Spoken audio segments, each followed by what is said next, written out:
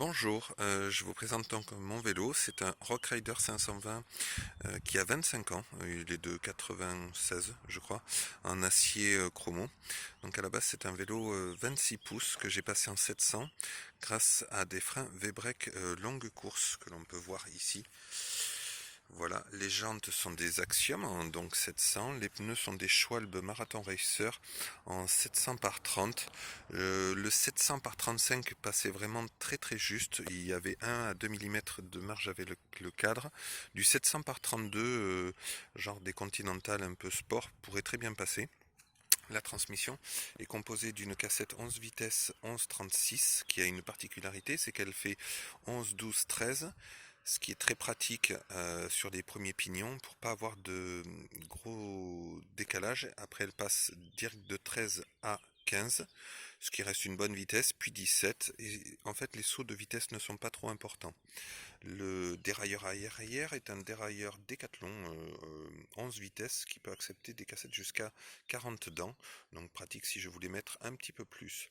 La manette de vitesse est une manette des plus simples, un shifter trouvé chez Decathlon aussi pour 20 ou 25 euros, un SRAM. La cassette est une SRAM, c'est une cassette de cyclotourisme. Le pédalier est un Deore double vitesse, double plateau, qui était monté en 26-36, mais j'ai fait le choix de lui mettre un plateau ovale, trouvé merci AliExpress.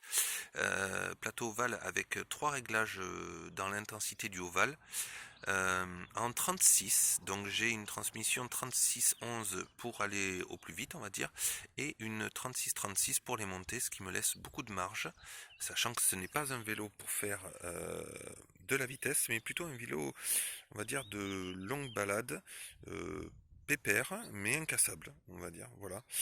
Des pédales automatiques, une selle récupérée sur un autre vélo qui me va mieux que la SMP que j'avais jusqu'à présent, aussi étonnant que ça puisse paraître. Je vais peut-être essayer une selle ISM, on verra. Éclairage Knock derrière avec quasiment 60 heures d'autonomie en flash le plus endurant. Génial. Franchement, une vision sur la route impeccable. À l'avant, une lumière Ravman CR1000 qui éclaire bien et qui a l'avantage de tenir très longtemps en flash et surtout de pouvoir marcher avec une powerbank. Vous remarquerez que mes poignets sont légèrement ovalisés, ce qui est préférable pour le plat de la main, et que ce que l'on appelait les cornes ou mini prolongateurs, mais vraiment plutôt les cornes, je les ai montés à l'intérieur, ce qui me permet d'avoir une pseudo-position comme sur des cocottes.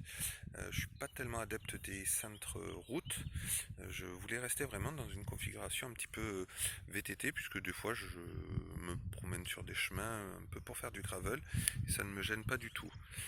Une sonnette, ben, malheureusement, ça sert parce que les gens sont pas vraiment attentifs. Après, l'autre particularité que je vais vous montrer, c'est que j'ai une sacoche topique donc de 6 litres, sacoche de cadre, et j'embarque 3 bidons. Donc le premier bidon que vous voyez, le petit qui est derrière, fait 650 millilitres, et devant j'ai un double support de bidons avec des bidons de 950 millilitres. Donc oui, je sais, je pars avec 2 litres et demi de flotte, ça pèse déjà sur un vélo qui est en acier, mais je préfère pas me prendre la tête à chercher mes points d'eau. Je sais que j'ai à peu près 5 heures d'autonomie en eau, ce qui me fait mes balades régulières. Et quand je fais des longues balades, puisque j'arrive à faire, j'ai déjà dépassé le cap des 200 km, disons que j'ai besoin de ravitailler une fois, et en gros, voilà, c'est tout. Donc je vais vous montrer le système. Alors je l'ai monté avec euh, des porte-bidons à décrochement latéral que j'ai justement tourné pour qu'ils reposent vers le haut. Et indirectement, après, j'ai mis un double porte-bidon. Alors je vais essayer de l'enlever proprement. Donc je l'ai enlevé proprement, je voulais pas faire tomber le vélo. Donc en fait c'est un dédoubleur de porte-bidon que j'ai trouvé chez XX Cycle, magasin de vente en ligne mais qui a un propre magasin à Toulouse, pour une somme modique. Je n'ai pas voulu prendre le modèle qui était sur AliExpress de peur que la qualité des vis ne soit pas à la hauteur. Et j'ai quand même renforcé, si vous le voyez, avec des rondelles par-dessus pour être sûr que vraiment il n'y ait pas de ballottage, parce qu'il y a quand même, sur deux petites vis, il y a quand même 2 litres d'eau qui pendouille. Donc quand on se met en danseuse, voilà, je tiens à préciser que, je vais vous le montrer, cela ne gêne pas du tout l'axe du pédalier. Franchement, ça passe à l'aise. Alors, ce pédalier a un QR code, pas un QR code, un Q-factor qui fait qu'il est plus déporté qu'un pédalier route, mais même avec un pédalier route, on passerait à l'aise. Regardez, on a quand même franchement une sacrée marge. La pédale n'est pas tout à fait en haut, mais en fait l'axe du pédalier vient, on va dire, dans l'alignement de mon doigt, donc avant que vraiment on touche avec les chaussures. Voilà. Autre petit avantage, les 2 bidons mis en place, j'ai un espèce de garde-boue qui m'évite pas mal de merde, on va dire, et surtout j'ai l'impression d'avoir un vélo, on va dire, pas aérodynamique, mais au moins avec des sacoches qui ne sont pas en travers du sens du vent quand vous pédalez. Voilà. Dans la sacoche de 6 litres, je ne ferai pas le topo, elle s'ouvre des 2 côtés et on y met tout. Et quand je vous dis j'y mets tout, j'amène même ma burette d'huile, alors que je pourrais graisser ma chaîne et la poser à la maison et faire ma sortie. Non, non, j'amène ma burette d'huile, 2 chambres à air, 8 rustines, pour vous dire que vraiment je m'amène la bouffe dedans, une veste de pluie, un sac Décathlon ultra compact. Il y a de quoi vraiment amener les papiers, le ceci, le cela. Et je trouve qu'au final, le vélo fait un peu plus fluide. Alors voilà, pour le poids, si on me le demandait, tous les pleins faits, le vélo rempli avoisine quand même les 15 kilos. Donc je reconnais que c'est lourd, mais c'était un vélo sentimental que je ne voulais pas jeter. Par contre, à une époque où je n'avais qu'une toute petite sacoche,